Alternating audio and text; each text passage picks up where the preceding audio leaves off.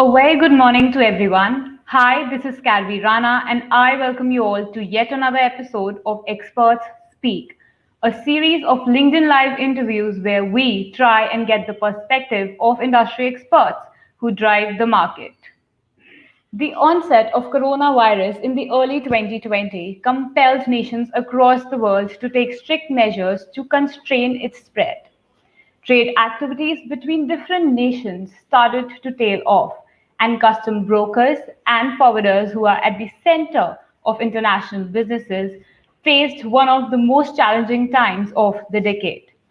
Now, as the world starts to open up and businesses resume with the new normal, the industry moves ahead with an intent to mold the crisis into an ocean of opportunities and make the cross border movement of cargo more smooth and efficient. Today, we have a very special guest with us who will help shed some light on the present scenario of custom broking and freight forwarding operations in India. Mr. Samir J. Shah. Good morning. Welcome to the show, sir. Mr. Shah is the owner of JBS Group of Companies. He is a senior professional in the industry and seasoned expert with over 34 years of experience in the areas of international freight forwarders and customs. He is also an educator who has been successfully imparting education in the fields of freight forwarding and custom broking through his initiative JBS Academy. He is considered as one of the game changers of logistics education and SCM training in India and has won many awards and accolades throughout his career. Mr. Shah, we are pleased to have you here and I look forward to a very engaging and enlightening conversation with you. Thank you so much, Karvi. And I also look forward to this interaction. And I'd like to welcome all the viewers for taking out the time and logging in. And thank Karvi and her team for thinking of this interaction. Thank you so much. Thank you, sir. Now, before we begin with the interview, I would like to inform our live audiences that we will be taking a few questions towards the end of the interview. So please feel free to type in some questions in the comment sections. So, Mr. Shah, shall we begin? Please. Okay. So 2020 has indeed proven itself to be one of the most unpredictable years, but I would like to start with one of the most predictable yet important question. I would like you to please give us a detailed picture as to how has the virus impacted the customs and freight forwarding operations in India. You could talk about the complications, the challenges, and the aftermath. I want to again draw the attention of everyone that when the lockdown was announced, the custom brokers and the freight forwarders in India, their only thought at that point in time was, how do I get the cargoes which are lying in the container freight stations, air cargo complexes, and the ports either into the country or out of the country? And Karpi, we must recognize and appreciate that every custom broker, every freight forwarder who did not even understand the meaning of the word corona, who did not understand at that point in time what were the risks, went out and tried his or her best to ensure that the cargoes moved. And this definitely demands a lot of appreciation and respect for this community. We Yeah. stood with the government, we stood with the exporters, we stood with the importers. We were part of so many WhatsApp groups. We still continue over there with the senior bureaucracy in finding small solutions and ensuring that cargoes moved as much as possible. We did our best at that point in time. We are still doing our best at this point in time. We must recognize that whether the service provider was a small person or he was a large entity, everyone in their own manner risked their lives, risked the lives of their staff, and ensured that cargoes moved. So that is what happened right at the beginning of the lockdown. Then comes all the problems that got associated with it, with the various container freight stations, air cargo complexes, the demurrages, the detentions, the delays.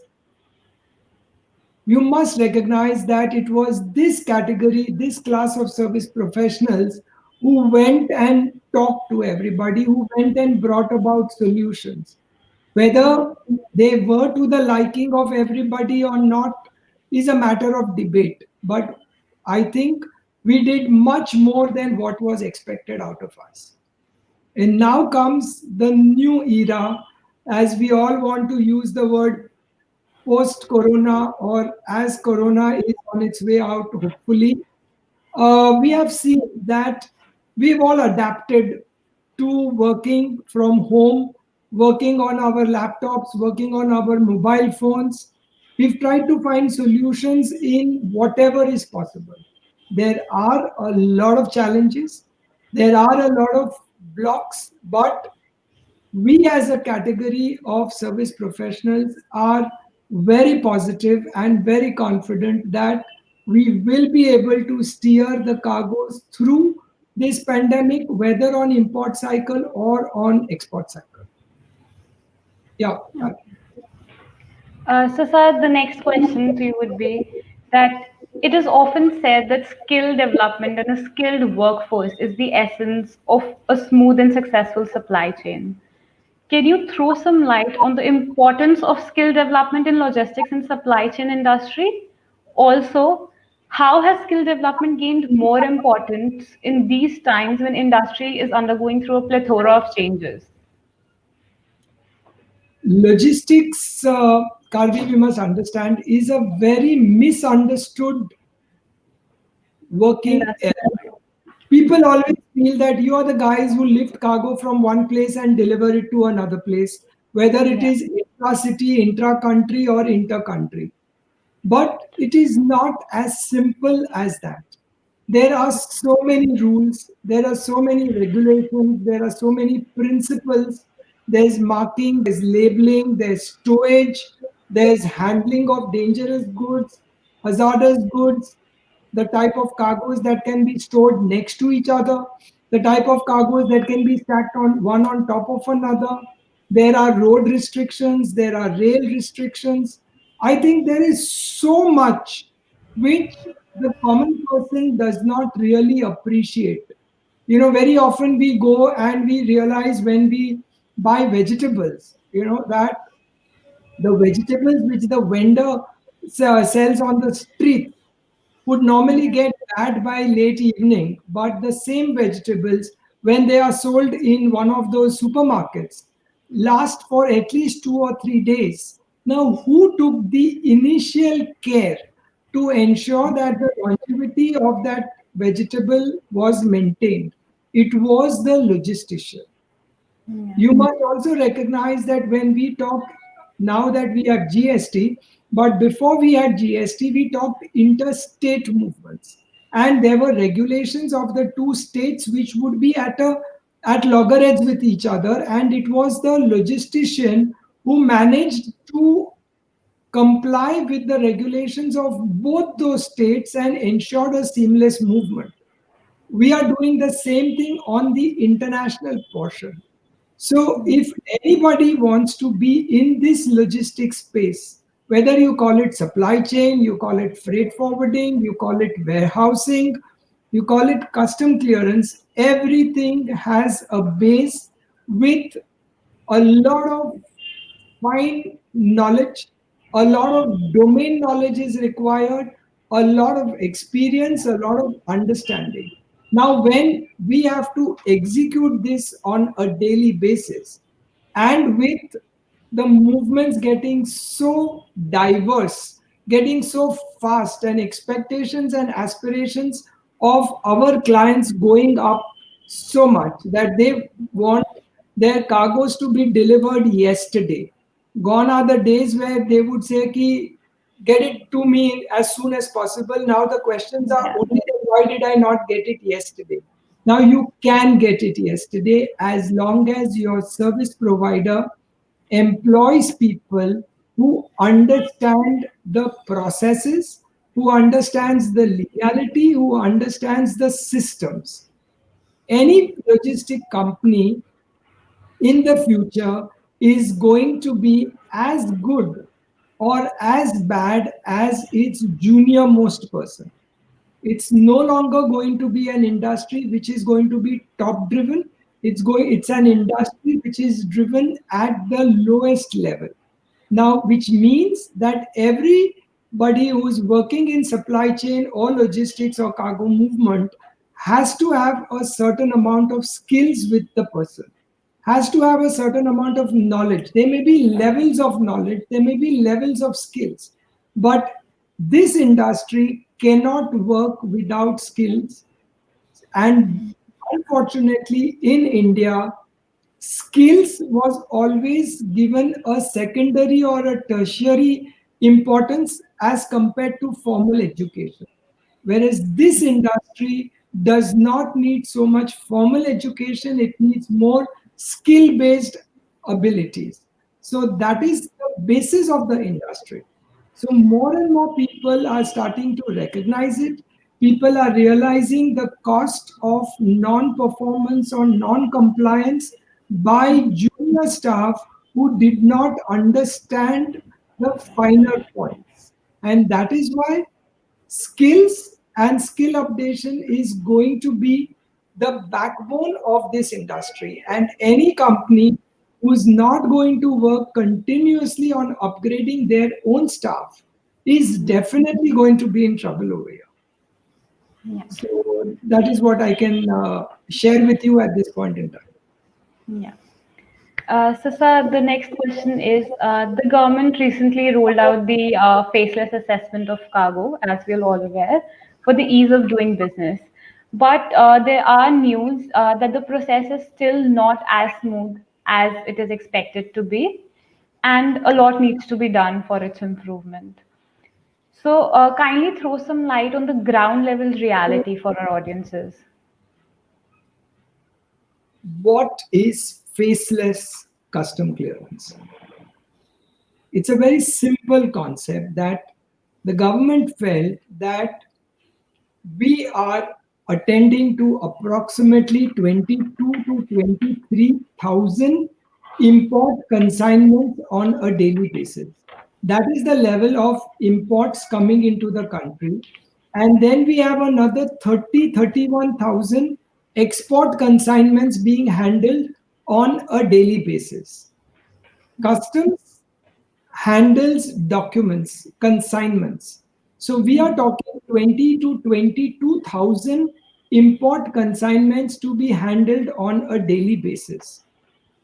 Then comes the concept where we all want that the cargo industry should be across the country. It cannot be confined to a few pockets in the country, but it has to be across the country. Now, when you think of both of these put together, it was very natural and normal for the government to feel that why don't I utilize my resources to the optimum?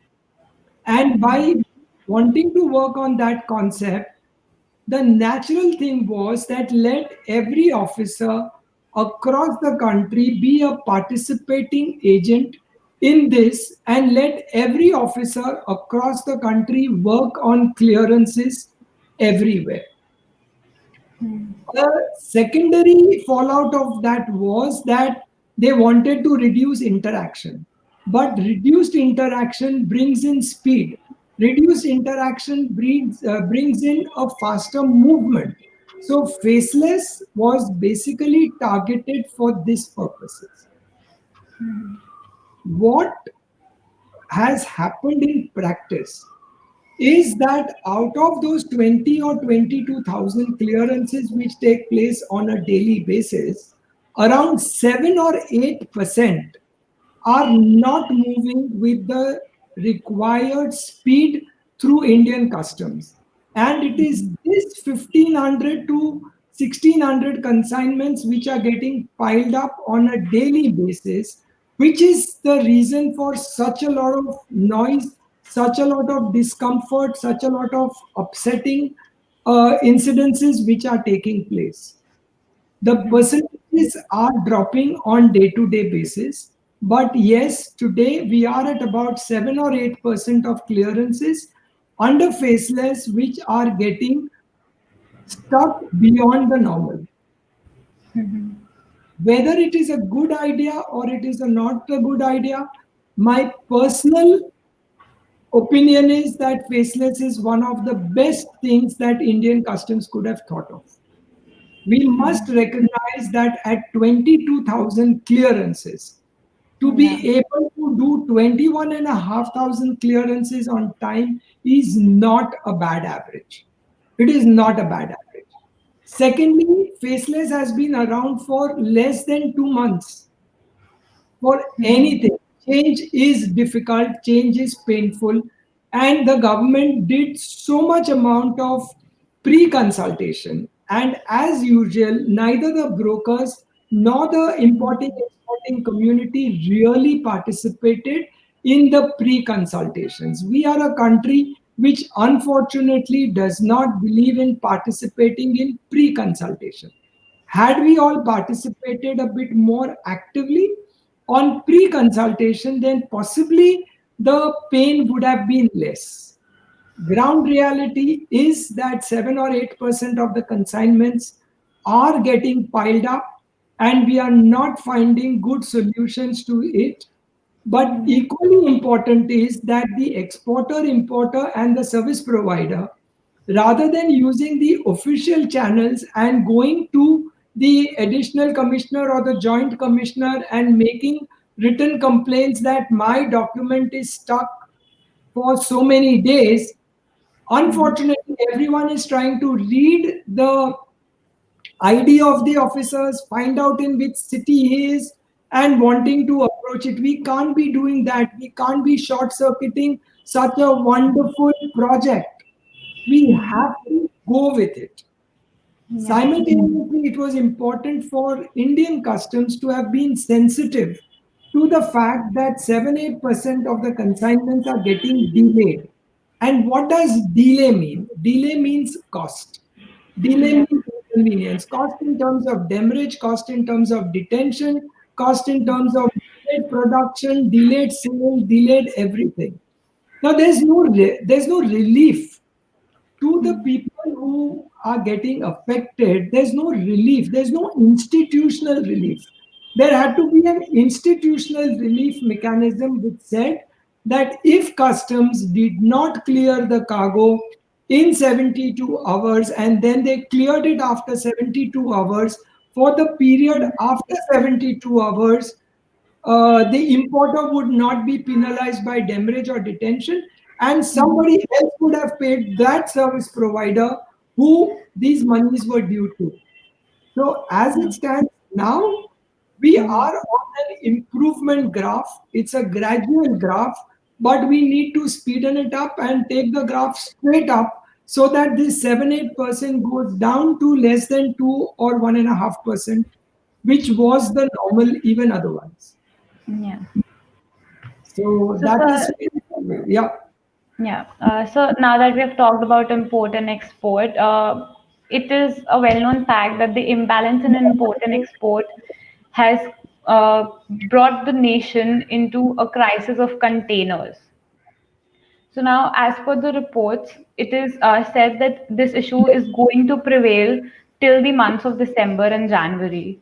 So, what has been its impact on the freight forwarding industry? Also, what measures do you think should be taken by the stakeholders to minimize this issue? But let us first understand what are the reasons for this problem. As far as my reading of the whole situation is concerned, the shipping industry was working in a very fragile area. All these years, they were working in very small, with a very small window, in the sense that what has happened, one, imports have gone down. Now imports had to go down. Why did imports go down? One is the sentiments of the people. that one of the largest exporting countries in the world should be boycotted as far as possible. So that was a very big sentiment, and I'm aware of so many companies, small, medium, large, who are working to not import from that particular country. That was one reason. The second reason is faceless. Faceless, while it is working within acceptable limits, if I can dare to say that, it has increased the processing time from an average of 2 3 days to 5 6 days. Now, this additional 3 4 days is something that the shipping lines had not factored. They had not factored that they will be getting their empty containers 5 or 6 days late.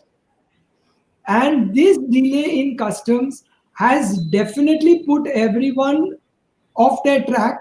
So, one, you have a reduced import. Two, you have import containers which have already come into the country, which are being blocked for a longer period of time than expected. Three, you're having large number of blank sailings.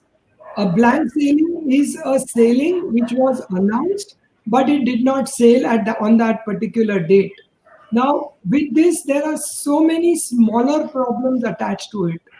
All of this has brought in this crisis. There was a move from the government to try to say that we will get 2 300,000 containers manufactured on a war footing inside the country and make them available to the shipping industry. But that was not really a very good solution, because the importance of the container is the rotation, is the availability of rotation. If I just feed in 100 or 200,000 containers, I might buy time for 2 3 weeks. But beyond that, what? My cycle has to continue. This has led to an increase in freight rates, and we have experienced increases almost up to 25 to 30%. I am given to understand by other forwarders that there are sectors, possibly sectors in which we don't work, where the increase has gone up to 40 and 45% also. So that is one problem that the freight forwarder or the exporter is facing. The second is the availability. Most of these companies are now working through portals, which is Yeah. technology, which is what we had to accept. So what happens is, I need a container, I log in at a particular point in time, I put in a request, and the system says container not available. Maybe in the very next 5 minutes, a few empty containers are put into the system, some other forwarder logs in, and he gets a container at the same point in time.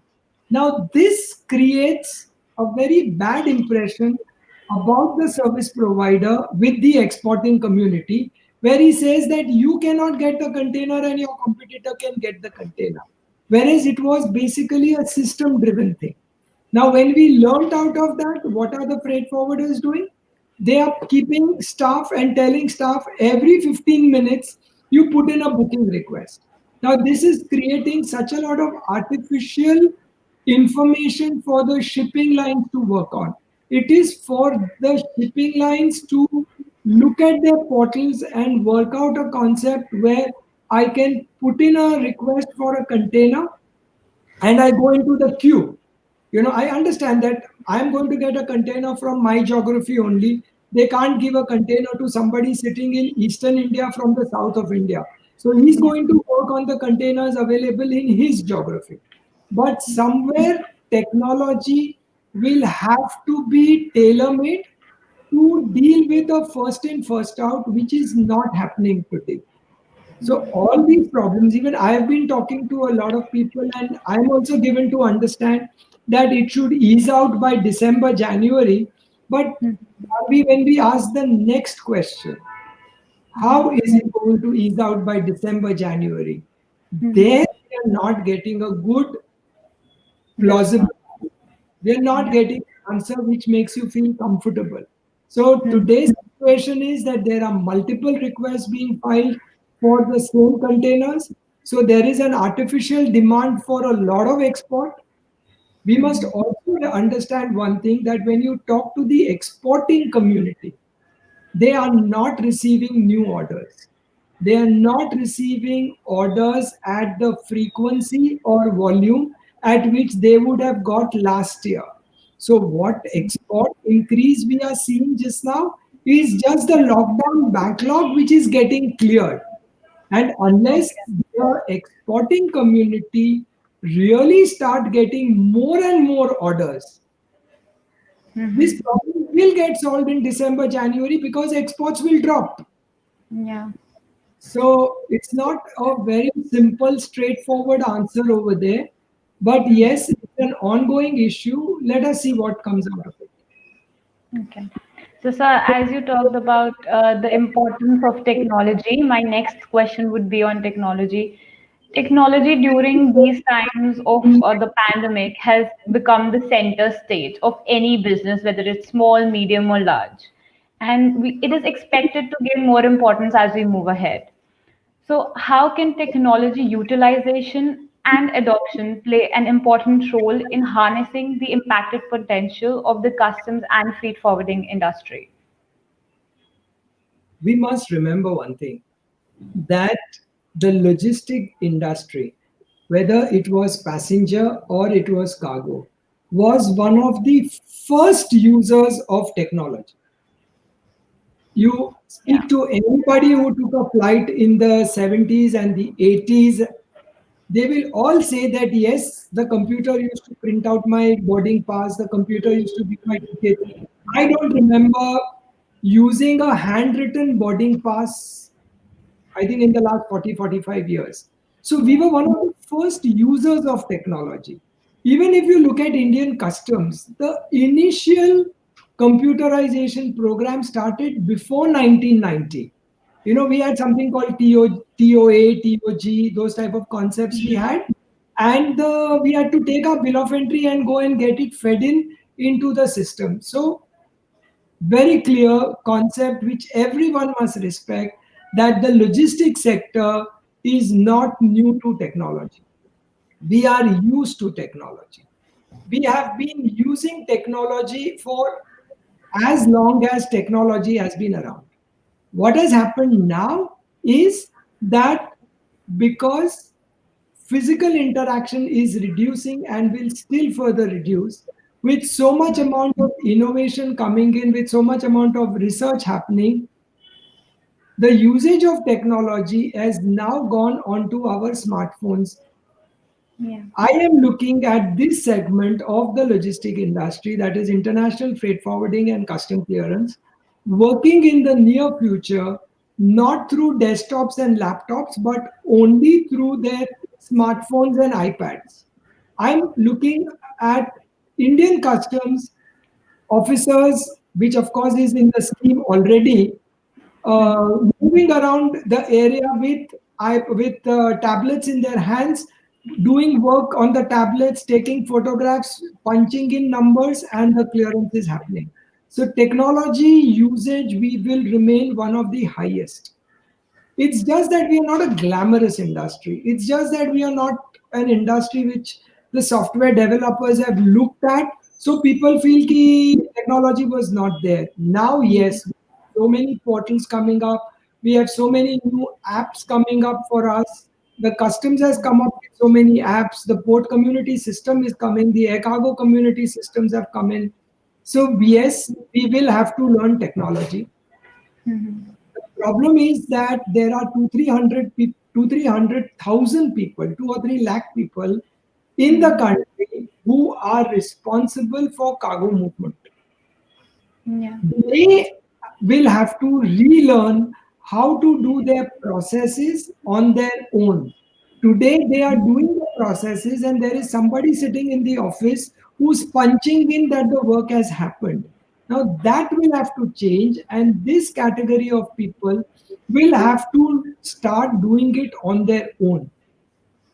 Mhm. That's the first thing. Second thing is, with so much amount of technology and work from home, I am seeing most people are really working 24 by 7.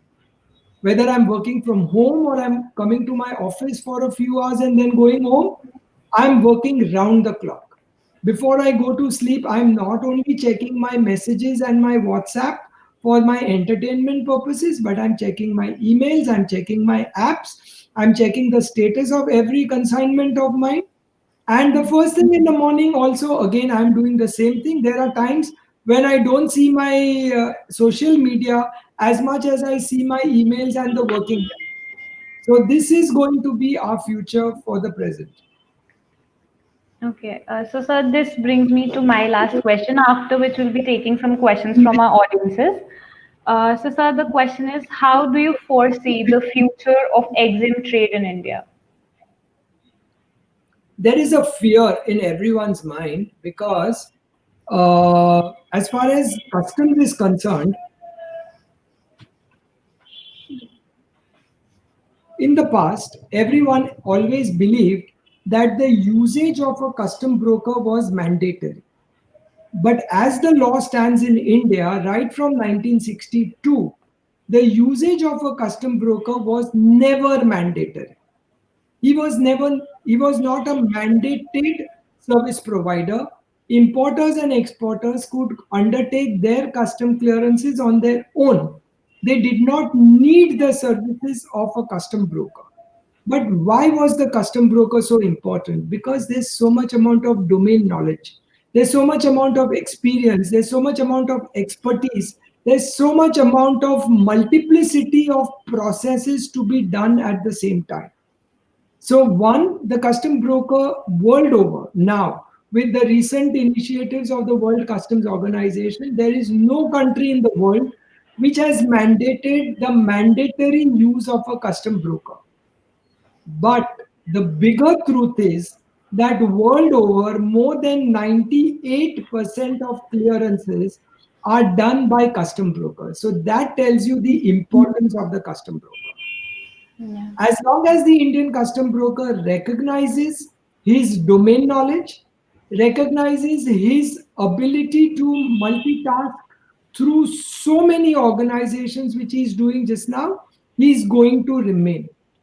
International freight forwarding is going to remain. India has aspirations to be a world superpower, economic superpower. To be an economic superpower, your export import has to go beyond 10 or 15% of international trade, which is a jump of at least 3 to 400% of the existing volume.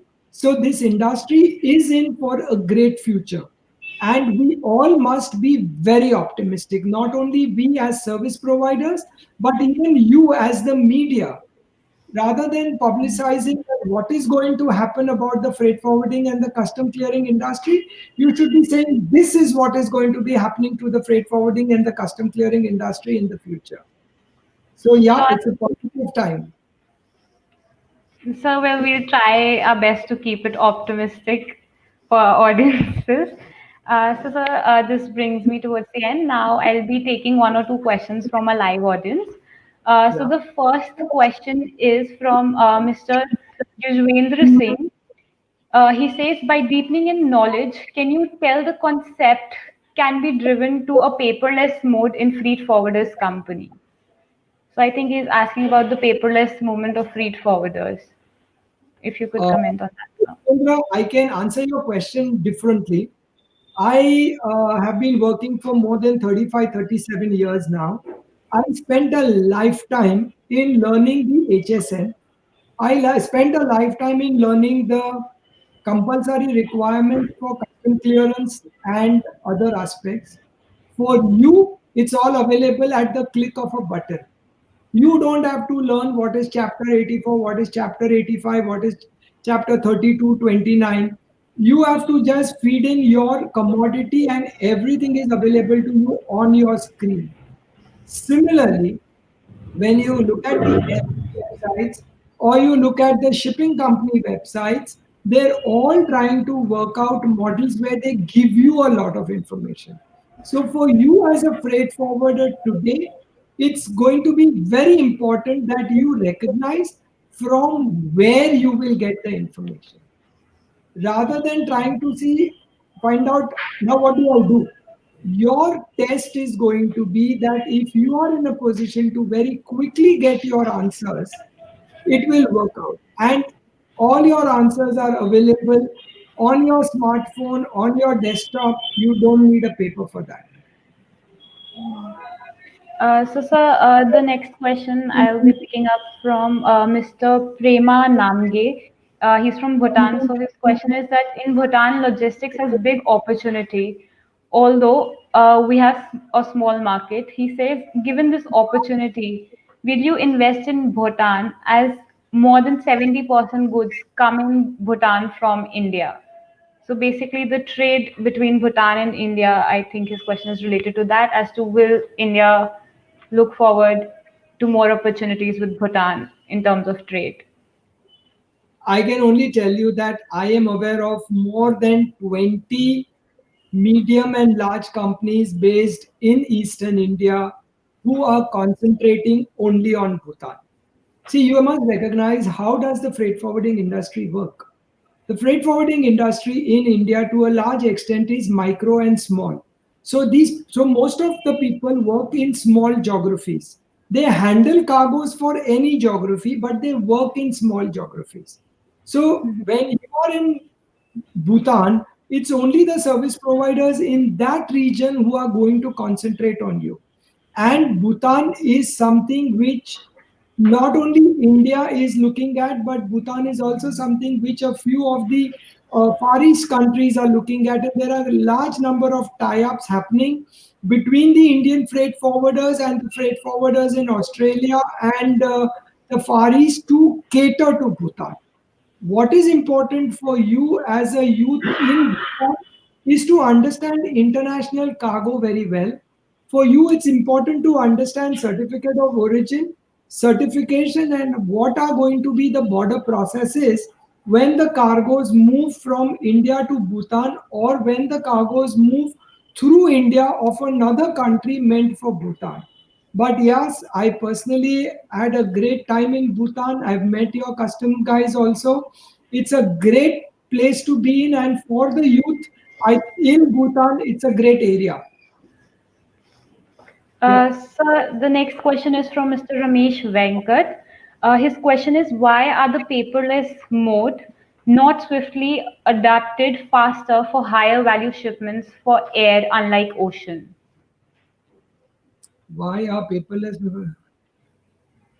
No, no, no. There is nothing like this, Mr. Venkat. Indian Customs does not differentiate between the mode of transport. Indian Customs has a system of valuation. There is a principle, there are rules laid down over there, they work in that model.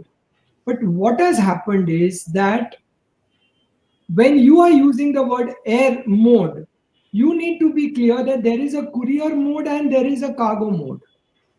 And the regulations are that only certain types of cargoes can come through the courier mode, and all everything can come through the cargo mode. So generally people have got a feeling that air valuation is a problem as compared to sea valuation, but I think it's a misconception. There is We have not been reported any such major concerns at the federation or the local associations that I'm facing problems in valuation in air and I'm not facing problems in valuation in sea. Okay. So maybe you could advise that to whoever it was, and then he has to take it up accordingly with Indian customs. Yeah. Okay. So, sir, this is the last question that I'll be picking up. The question is from Mr. Gaurav Dubey. Is India's local logistics infrastructure ready to handle growth in EXIM trade? Answer is yes. Answer is also that the government of India on the 5th of November came out with a new circular for setting up of new ICDs and CFS. And what they've done over there very simply is that they've divided the country into green, blue, and red zones. And they've said that if you want to set up an infrastructure in the green zone, the government will do whatever is in their powers to help you set up EXIM infrastructure in the green zone. So all those states which do not have enough of exit facilities are now open up for not only investment but have opened up with the government taking a proactive step over there. The blue zones are going to be the existing states where they will give you more and more permissions. And the red is where they are saying that now we don't want more infrastructure to come over here, which I believe very strongly my friends in the infrastructure industry are not happy with this. But I believe very strongly that it's a very equitable move done by the government. Another thing is when you read the circular very carefully, the government and you also see a lot of facilitation measures of the Indian customs. We are looking at a period where every possible facility in the country will be converted into a multimodal logistic park. That means domestic and international will happen together. Bonded will be controlled by technology and smart innovation and no longer by physical barriers. So the infrastructure as on date is good. What is missing is good service providers. What is missing is good vendors like shipping companies and airlines to have offices across the countries, custom brokers to be available across the country. Which exporter or importer would not like his cargoes to be processed at his doorstep? Everyone would.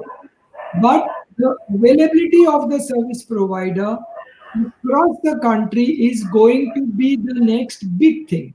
And anybody wanting to be a good service provider, this is a great place to be in. I too am a Bombay person. I was born and brought up in Bombay. I shifted to Ahmedabad 30 years back when Ahmedabad had nothing.